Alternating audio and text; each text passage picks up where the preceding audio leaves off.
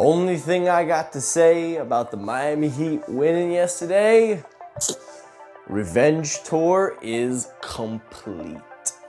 Bucks, Celtics, and the Knicks really didn't count, but 3-shot bang, we in the finals.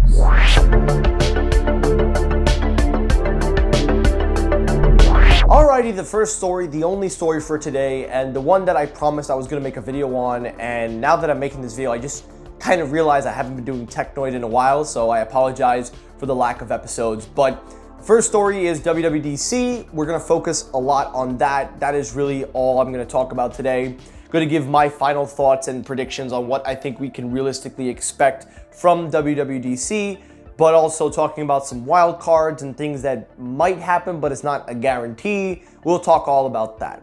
Now, the first thing I want to talk about before we get to iOS and iPadOS is watchOS. Now, watchOS is kind of a rare, interesting kind of software because recently it's been making its news around the internet that it's going to get a redesign and that we're going to see some new features, new gestures, and a new UI interface, the way you interact with the watch. So there are reports saying that we're going to see that. I think that that is the case because the Apple Watch Ultra is a brand new model that they're trying to make a standard now, not just for Ultra people, but for people that want a bigger display and also a new intuitive way to use your smartwatch. I think that they're going to go that route, and I also think it will affect the older models as well. We'll have to wait and see, of course, when WWDC rolls around, but I definitely believe that rumor, and I think watchOS 10, being that it is the 10th software of watchOS, it's going to be a big one. Next one to talk about is macOS. Now, macOS, I really don't have much to say because macOS works perfectly. It works perfectly. I don't really have any complaints or any negative or anything that I would necessarily say that I would want. My only thing that I think I would take is probably, if I had to give one thing that I would like to see from macOS, would probably be more tight integration with the iPhone and iPad. I would like to see some more capabilities make their way over. I know that they're already there, but I just want to see them continue to expand on it. And I would actually like to see them expand the gaming aspect of the Mac, have in-house developers develop games and make it more accessible so that way they can take advantage of the M series chips for gaming. I know a lot of people don't use Macs for gaming, but the hardware is there, it is capable. I just kind of hope Apple kind of clocks it so it can be there. Again, we'll have to wait and see, but that's just my wish on macOS. But realistically, it's just going to be a minimal upgrade. I don't really see anything significant, but I could be wrong. Now, of course, comes the two big baddies of the show, iOS and iPadOS. Now, iPadOS, we'll save that one for last because we've got a lot to talk about that. But starting with iOS, I think we're going to see a significant change to the customization aspect. I don't think we're going to get a redesign. I think that's pretty obvious by now. I think that they're going to save that for maybe next year or once we get closer to when they feel they're ready to pull the trigger. But a redesign does feel imminent in the near future. But I do think the lock screen is going to get expanded upon. I think they're going to have more notifications, more features coming to the lock screen. I also reported a smart display that they were going to take features where it's like when you're charging your phone, it'll give you smart display pop-ups while you're charging. That might be something that they expand on as well. And lastly, I think also for iOS, I think that they're going to focus a little bit on more features in tooling in the accessibility options. I think that they're going to expand a lot on that, especially with that feature that they released. I believe it was on their website. I'll leave links in the description. But lastly, to talk about with iOS, I also think that we're going to see probably a nice array, in my opinion, of more integration with the software and now the computation of the hardware, because we know that USB-C is coming. We know that iOS is going to have to be snappier. I know that they're going to have to make things more on par so that way when they introduce USB-C and Thunderbolt, iOS can handle the speed transfer data and also other things like that. So maybe minor performances here and there, but we'll have to wait and see. But I think iOS is going to be not really boring, but it's not going to feel as impactful as I think it will be. But I do think we're going to see a good couple of features make its way over. Lastly, with iPadOS, where do I even begin with this one? I think it's just the same tune every single year with iPadOS, and I feel like no matter how many times we continue to say it, I don't know if we're gonna ever see Apple fully take advantage of the M series chip with iPad OS. I don't think we're ever going to see it. I feel like they're just going to keep restricting it.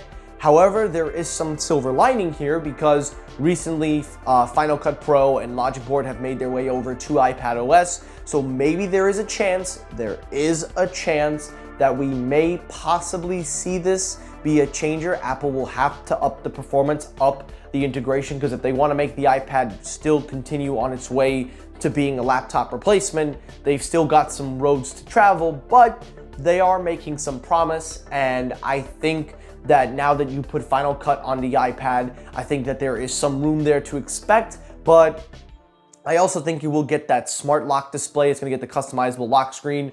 Again, we'll have to wait and see, but that's realistically what I think of the major software. tvOS, I don't really have any expectations because tvOS is tvOS, it's fine. HomePod OS, again, new HomePods have come out. I don't know if Apple's going to up the performance of the HomePods, if they're going to add new features, maybe add a dedicated HomePod app so you can customize. I don't know what they're going to do. I have no clue, so I'm just going to kind of go into that and be like, all right, let's see what you do here. As for the smart home integration, I think that they're going to still continue with their support in Matter, that new architecture that they've added that is more universal and more universally used. I think Apple is going to keep expanding on that. And then lastly, to round it all off for the software, I think that XROS, the one that goes into what we're going to talk about next, I think we're going to get a glimpse of that. I think we're going to see what the VR headset reality software is going to look like on Apple's end, and I think we're going to get a better visual of what XROS is. And speaking of the VR headset, now we talk about products that might get released. Starting with the VR headset, I think that that is the biggest given. There have been so many indications, points, rumors. Everything is saying that this is going to see a release. We're gonna finally see what it looks like. We're gonna finally see what it does. We're gonna finally see the $2,000 price point. I don't care. I'm not buying it, but I just wanna see what it's like because eventually one day maybe I'll dabble in it. But until then, I just want to see what these VR headsets are like. I really want to see what Apple brings to the table with augmented reality and virtual reality combined and together. That is something that I really want to see. The next thing that I think we can also expect is the 15-inch MacBook Air. I think we have been hearing reports that they are going to add a second size. This would make total sense if they did it at WWDC, but I would also reserve this into the wild card because while it is possible we may see a 15-inch, it is not a guarantee that we'll see it at WWDC, so we'll have to wait and see. And then lastly, the biggest wild card, the one that I think for a while everybody's been wanting, is the Mac Pro. Now, again, I'm not gonna buy the Mac Pro. I know a lot of people, general users, are not gonna buy the Mac Pro, but professionals, studios, movie sets, people that do those visual effects, and also even corporate level jobs, they are gonna want the Mac Pro. And I think if Apple was to finally pull the trigger on the Mac Pro, give it the Ultra chip, and then keep the Mac Studio with the Max, and maybe something along the lines of studio performance, but whatever. I don't know at that point. All I know is that the Mac Pro is a wild card. I wouldn't expect it, but there is no guarantee that we'll see that either. Maybe they talk about it more, but I put that in the wild card and the reserves. And then just one last thing to talk about before we end this video. There is reports saying that Apple will drop the Beat Studio Pros, I believe. They're gonna drop those after WWDC. It was leaked in the macOS code.